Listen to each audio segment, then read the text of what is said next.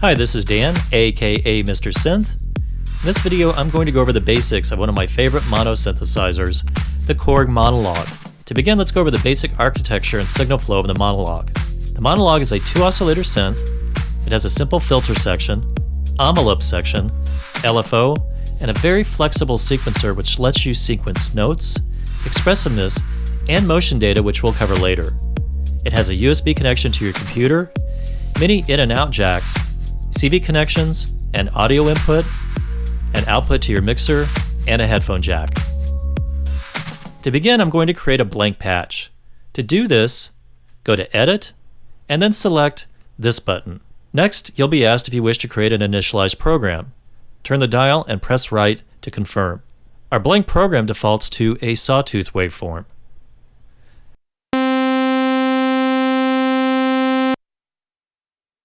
The basic signal flow of any synth patch begins with the oscillators. The oscillators generate the raw sound data that we use to build our sounds. In the case of the Monologue, it's a 2-oscillator synth, which means it has 2 sound generators. The first one is labeled VCO1, and the next is VCO2. And we have a mixer that we can control the blend of the 2 oscillators. VCO1 includes 3 different waveforms that we choose as our sound source. The first is a sawtooth wave. The next is a triangle wave form.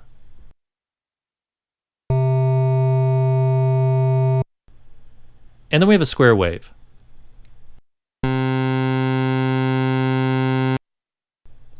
The shape knob determines the shape and complexity of the waveform. We can take and broaden the sonic spectrum.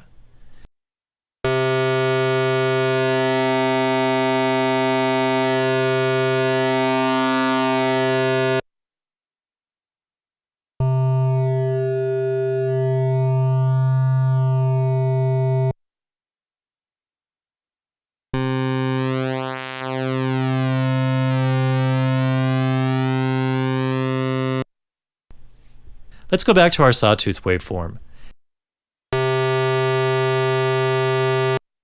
The filter section in a synthesizer modifies the timbre of the sound by blocking specific frequencies of the waveform while allowing others through. If we turn our cutoff knob, you can hear us open the filter. On its own, resonance is useful for giving a sound a little more high-end.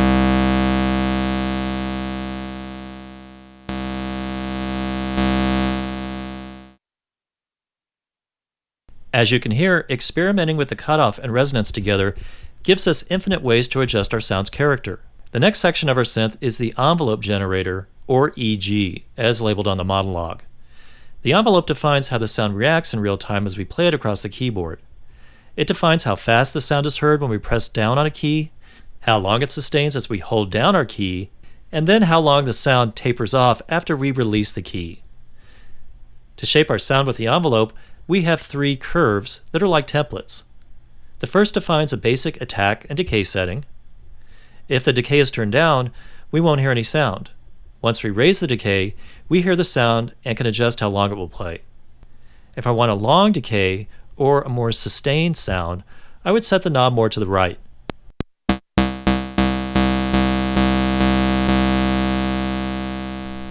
If I want a staccato or short sound, I turn the knob to the left for a quick decay. To the right of the envelope generator is a target switch.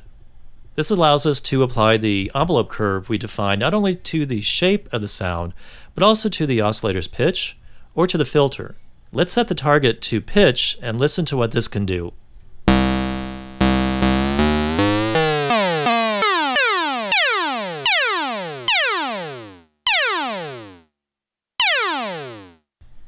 The next setting is pitch 2, and this applies the curve to VCO2. Since VCO2's volume is turned down, we won't hear anything.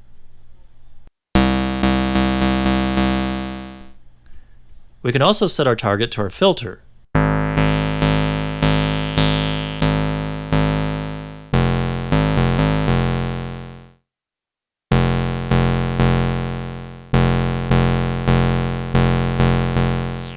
The next relevant section of our synth is the LFO. This consists of 3 unique waveforms that can modulate or create vibrato, tremolo, or step to different areas of the monologue.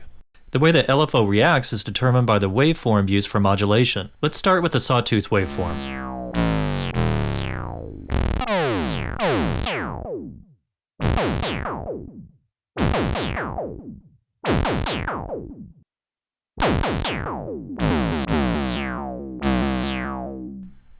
Next, let's change the LFO waveform to a triangle.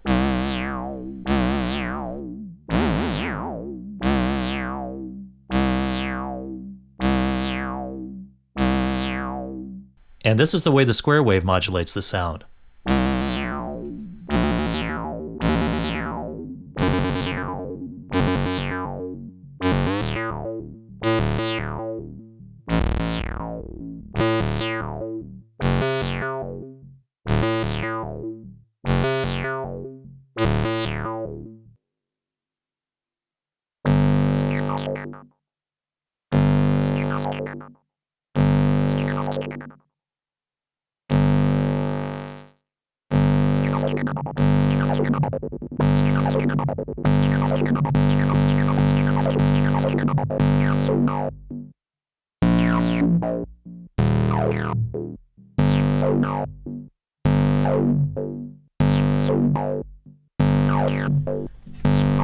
So far we've created patch with just VCO1. Now let's add VCO2. Let's go to our mixer and raise the volume of VCO2. I'm also going to our LFO section to make sure the LFO isn't being applied.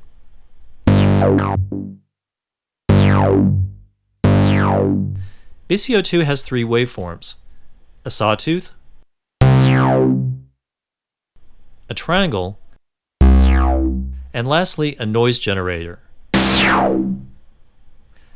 Going with the sawtooth, I'll adjust the shape as I did with VCO1.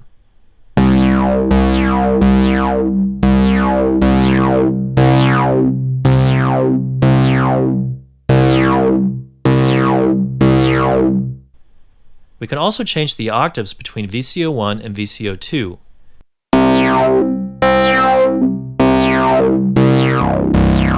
The pitch tunes VCO2 with VCO1. Depending how I have the pitch set, you can achieve what sounds like a chorus or modulation effect by detuning the 2 oscillators.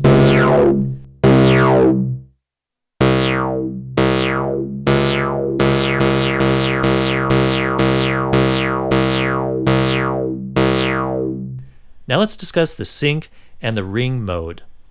Here's what sync does. As one VCO finishes a cycle, it resets the period of the other, producing a fatter sound. And this can be altered by varying the frequency and shape.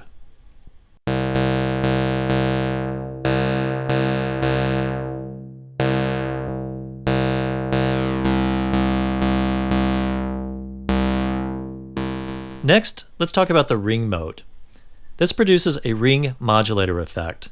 This is used to generate bell-like sounds, metallic sounds, or you can use it to push your sound into entirely unique areas of tone.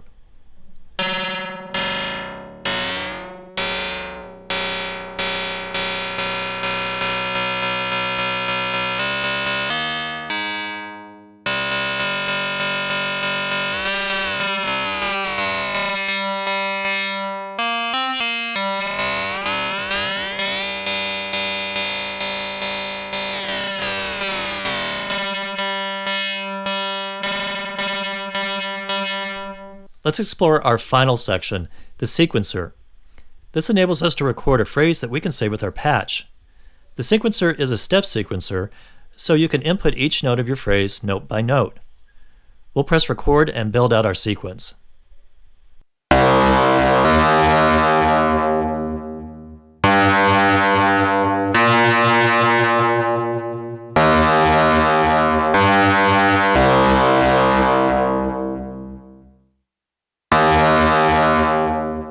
And let's play that back.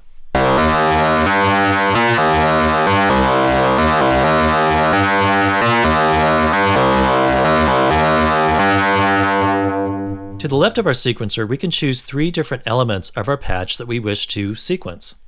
The first is for notes, which we just recorded. The next is slide, which records different types of expressiveness, or we have a section that we can record our knob tweaks and change levers in real time. This is called motion sequencing. You have up to 4 tracks of motion sequencing that you can record. Let's check it out.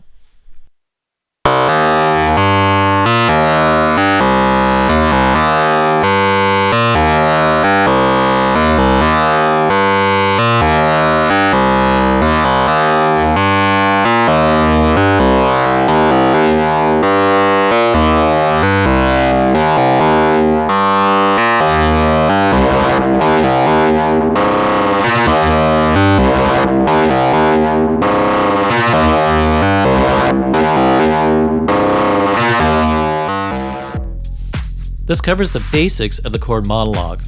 We'll get into more detail in subsequent videos. In the meantime, thank you for watching, and please leave any suggestions for future topics that you'd like to see, and if you have questions, feel free to email me as well. Thanks for watching, and have a great day making music.